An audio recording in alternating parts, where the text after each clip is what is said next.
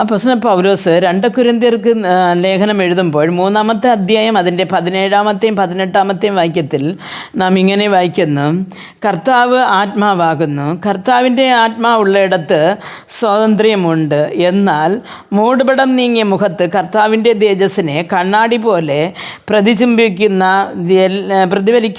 നാം എല്ലാവരും ആത്മാവാകുന്നു കർത്താവിൻ്റെ ദാനമായി തേജസ്സിന്മേൽ തേജസ് പ്രാപിച്ച് അതേ പ്രതിമയായി രൂപാന്തരപ്പെടുന്നു എന്ന് കാണുന്നു. പ്രിയ ദൈവമക്കളെ, കർത്താവിൻ്റെ ആത്മാവ് ഉള്ളയിടത്ത് അവിടെ വിടുതലുണ്ട് എന്ന് ദൈവവചനം പറയുന്നു. അപ്പോൾ നമുക്കറിയാം ദൈവം ആത്മാവാകുന്നു എന്ന് നമുക്കറിയാം, പഠിച്ചിട്ടുണ്ട്. അപ്പോൾ യേശുക്രിസ്തു സ്വർഗാരോഹണം ചെയ്യുന്ന സമയത്ത് ശിഷ്യന്മാരോട് പറഞ്ഞൊരു കാര്യമുണ്ട്: ഞാൻ പോയിട്ട് എൻ്റെ കാര്യസ്ഥനെ ഞാൻ നിങ്ങളുടെ മേൽ അയക്കും, പരിശുദ്ധാത്മാവെന്ന കാര്യസ്ഥനെ ഞാൻ നിങ്ങളുടെ മേൽ അയക്കും, എന്നിട്ട് നിങ്ങൾ ശക്തി പ്രാപിച്ചിട്ട് ലോകമെങ്ങും പോയി എനിക്ക് സാക്ഷികളാകുവൻ എന്ന് പറഞ്ഞു. അപ്പോൾ അങ്ങനെ ആ പരിശുദ്ധാത്മാവ് പ്രാപിപ്പാൻ വേണ്ടി ഈ ശിഷ്യന്മാർ അന്ന് മാളിക മുറിയിൽ കാത്തിരുന്നാണ് പരിശുദ്ധാത്മാവിനെ പ്രാപിച്ചത്. അപ്പോൾ നാം ഇന്ന് ഈ പരിശുദ്ധാത്മാവിനെ പ്രാപിക്കണം എന്നുണ്ടെങ്കിൽ നാം കാത്തിരുന്ന് വിശുദ്ധിയെ തികച്ച് നാം പ്രാർത്ഥിക്കേണ്ടിയിരിക്കുന്നു. അപ്പോൾ ദൈവം തൻ്റെ ആത്മാവിനെ തരും. ഒരു ആത്മാവിനെ പ്രാപിച്ച ഒരു ദൈവ പൈതൽ എന്ന് പറയുന്നത് മൂടുപടം നീക്കിയ മുഖത്ത് എങ്ങനെ തേജസ് കാണുമോ അങ്ങനെയാണ്.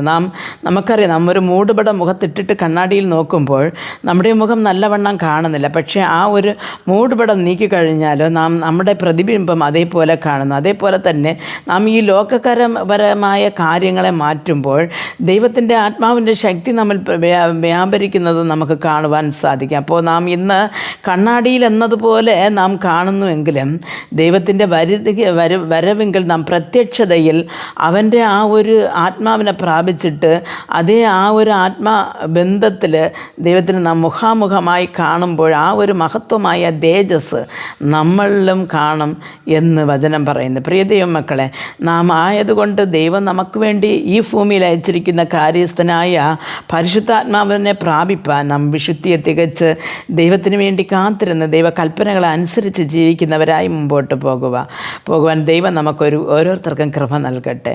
പ്രാർത്ഥിക്കാം. ഞങ്ങളെ അതിവാത്സല്യമായി സ്നേഹിച്ച് വഴി നടത്തുന്ന ആ സ്വർഗസ്ഥ പിതാവേ, കർത്താവ് സ്വർഗാരോഹണം ചെയ്തപ്പോൾ തൻ്റെ ആത്മാവായ കാര്യസ്ഥനെ ഈ ഭൂമിയിൽ അയച്ചിരിക്കുമ്പോൾ കർത്താവെ, മണവാട്ടി സഭയെ ഒരുക്കുവാൻ ഭൂമിയിൽ ചുറ്റി നടക്കുന്ന പരിശുദ്ധാത്മാവിൻ്റെ ശക്തി കർത്താവെ കാലിലെ ഞങ്ങളും പ്രാപിച്ചുകൊണ്ട് കർത്താവെ അന്ന് അങ്ങയുടെ തേജസ് മുഖാന്തരം പോലെ കർത്താവെ ഞങ്ങൾ തേജസ്കരിച്ച് അങ്ങയുടെ മുഖാമുഖമായി കണ്ട് അങ്ങേ നമസ്കരിക്കുവാനും അങ്ങേ ദൈവമേ പങ്ങളുടെ മാറോട് ചേരുവാനും ഞങ്ങൾക്ക് ഓരോരുത്തർക്കും കൃപ നൽകണമെന്ന് പ്രാർത്ഥിക്കുന്നു.